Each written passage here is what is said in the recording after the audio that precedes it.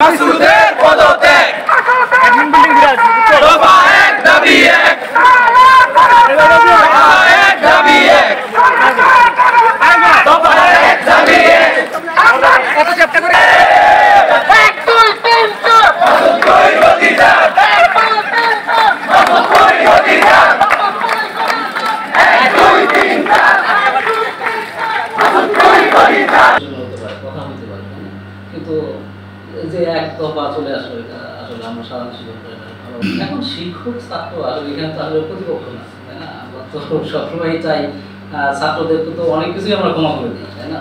তো এখন এটাও তো সেই দিকেও যেতে পারে, দুইটা পক্ষ একেবারে স্ট্রিক্ট অবস্থানে থাকলে তো এই প্রতিষ্ঠানের বিষয় ভালো হবে। কিন্তু হয়তো কারো মোটিভেশনে বা যারা লিড দিচ্ছে তাদের ভয়ে অনেকেই আগে আসতেছে না।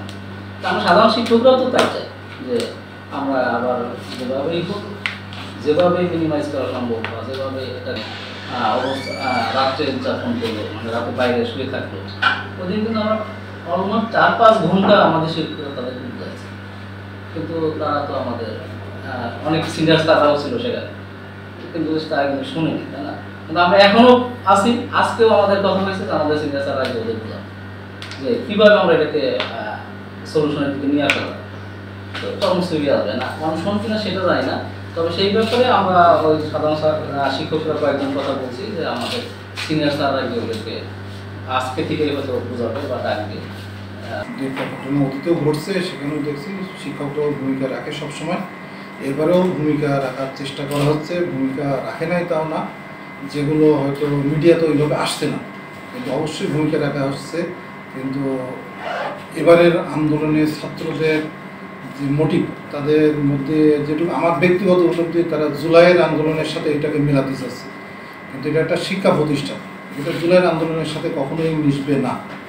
এই মিশানোর কারণেই ছাত্ররা তাদের যে ধারণাটা সেটা আমরা শিক্ষকরা চেষ্টা করেও পরিবর্তন করতে ব্যর্থ হয়েছে বলবো না, কেননা আজকের যে কর্মসূচি তারা দেশে বা আপনারা দেখছেন সেখানে কিন্তু এটা প্রমাণ করে না যে এই কজন ছাত্র দিয়ে 5000 স্টুডেন্টের তারা প্রতিনিধিত্ব করছে, সেটাকে অবশ্যই না।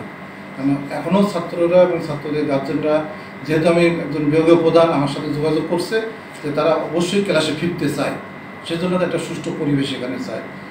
উনিও আমাদের শিক্ষকরা তাদের সাথে আমরা কথা বলছি যে কীভাবে তাদেরকে আলোচনার টেবিলে আনার জন্য ডিএসডব্লিউ মহোদয় চেষ্টা করছে আমার জানা মতে।